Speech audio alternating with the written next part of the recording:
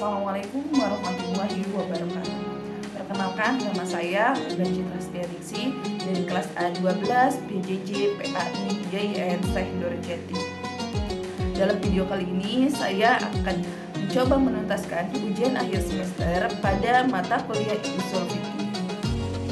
Tema yang saya ambil yaitu yang pertama adalah ijtihad, kedua fikih ibadah, ketiga fikih muamalah. Nah, mari kita bahas.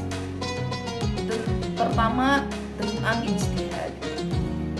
Nah, pengertian ijtihad. Ijtihad merupakan istilah dalam ilmu fikih yang merujuk pada usaha dan upaya seseorang ahli hukum Islam yang biasa kita sebut dengan mujtahid untuk memahami dan menjelaskan hukum-hukum Islam berdasarkan sumber-sumber hukum yang ada. Ijtihad melibatkan pemikiran dan penalaran yang cermat serta interpretasi terhadap nas-nas Al-Quran dan Hadis. Lalu apa sih contohnya?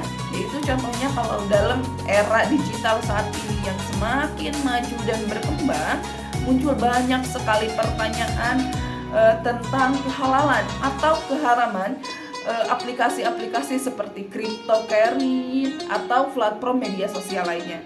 Nah, dalam situasi seperti ini, biasanya seorang mujtahid akan menggunakan metode ijtihad untuk mempelajari Al-Quran, hadis, dan prinsip-prinsip fikih yang telah ada untuk mencari pemahaman dan pandangan yang lebih mendalam sehingga dapat memberikan fatwa atau panduan yang relevan sesuai dengan kondisi zaman.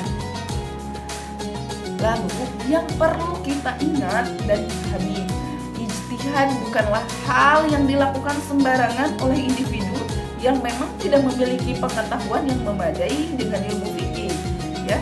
Lalu ijtihad hanya dilakukan oleh orang-orang yang terampil dan kompeten dalam bidang ilmu hukum Islam dan harus dilakukan dengan pengakuan serta otoritas dari komunitas ulama yang relevan. Lalu kita lanjut ke tema yang kedua, yaitu fikih ibadah. Pengertian fikih ibadah ini adalah bagian dari ilmu fikih yang membahas tentang tata cara pelaksanaan ibadah-ibadah dalam Islam seperti sholat, zakat, puasa, dan haji. Nah, fikih ibadah ini meliputi aturan-aturan yang harus dipatuhi oleh umat muslim dalam menjalankan ibadah-ibadah tersebut. Nah, kafiyah dan esensinya di sini adalah kafiyah dalam konteks ini mengacu pada peraturan-peraturan atau tata cara yang harus diikuti dalam melaksanakan ibadah-ibadah tersebut. Lalu esensinya dari fikih ibadah ini adalah memastikan bahwa ibadah-ibadah tersebut dilakukan dengan benar dan sesuai dengan ajaran agama Islam. Nah, fikih ibadah dengan kehidupan sosial. Pertama yaitu sholat. Sholat merupakan kewajiban rutin bagi kita umat muslim. Nah, selain sebagai bentuk ibadah kepada Allah, sholat juga menjadi sarana untuk membangun hubungan dengan sesama muslim dalam jamaah sholat di masjid atau tempat ibadah lainnya. Nah, melalui sholat berjamaah inilah hubungan sosial dan ukhuwah Islamiyah dapat diperkuat. Lalu yang kedua adalah zakat. Nah, zakat ini merupakan kewajiban memberikan sebagian dari harta kekayaan kepada yang berhak menerimanya. Nah, prinsip saling berbagi dan peduli terhadap sesama yang terdapat dalam zakat sangat relevan dalam kehidupan sosial. Dengan membayar zakat, umat muslim dapat membantu meringankan beban masyarakat yang membutuhkan dan memperkuat kebersamaan dalam masyarakat. Lalu yang ketiga adalah puasa. Nah, pada puasa adalah ibadah wajib juga bagi umat muslim selama bulan Ramadan. Selain sebagai pengabdian kepada Allah, puasa juga memberikan pelajaran tentang kesabaran, pengendalian diri, dan empati terhadap mereka yang kelaparan atau haus. Nah, dalam konteks sosial ini, puasa mengajarkan kepekaan terhadap orang-orang yang kurang mampu dan meningkatkan kepedulian sosial. Nah, yang terakhir yaitu haji. Haji adalah ibadah yang dilakukan setahun sekali di kota Mekah. Nah, selain sebagai bentuk ibadah pribadi, haji juga menjadi ajang pertemuan antar umat muslim dari berbagai negara dan budaya.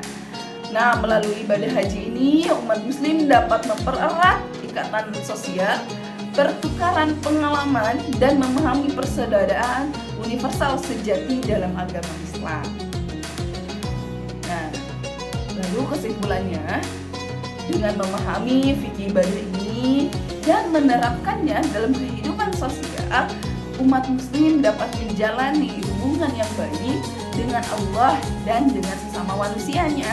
Ibadah-ibadah tersebut tidak hanya memiliki dimensi spiritual saja ya, tetapi juga memberikan nilai-nilai sosial yang kuat dalam membangun masyarakat yang saling peduli dan berempati. Lalu kita bahas tentang tema hari ini yang terakhir, yaitu fikih muamalah. Nah, pengertian fikih muamalah itu sendiri yaitu fikih muamalah adalah cabang ilmu dalam hukum Islam yang berkaitan dengan aturan atau tata cara dalam transaksi dan hubungan sosial ekonomi. Nah, di sini kita akan bahas sedikit tentang fikih jual beli dan fikih pernikahan. Nah, pada fikih jual beli adalah bagian dari fikih muamalah yang membahas tentang aturan dan tata cara dalam transaksi jual beli. Adapun fikih pernikahan yaitu adalah bagian dari fikih muamalah yang membahas tentang aturan dan tata cara dalam menikah. Nah, biasanya dengan memahami dan mengaplikasikannya fikih muamalah, umat muslim dapat menjalankan kehidupan sosial dan ekonomi secara adil, beretika dan sesuai dengan nilai-nilai Islam sehingga menciptakan kehidupan yang baik dan berkah. Nah, hikmah dari pengetahuan dan pemahaman fikih muamalah termasuk fikih jual beli dan fikih pernikahan terkait dengan kehidupan sehari-hari dapat memberikan manfaat, yaitu pertama, memastikan adanya keadilan. Nah, dengan memahami dan tahu aturan tata cara dalam transaksi ekonomi dan perkawinan, umat muslim dapat mencegah terjadinya penipuan, manipulasi atau ketidakadilan dalam hubungan sosial dan ekonomi. Lalu yang kedua adalah menjaga etika dan moral.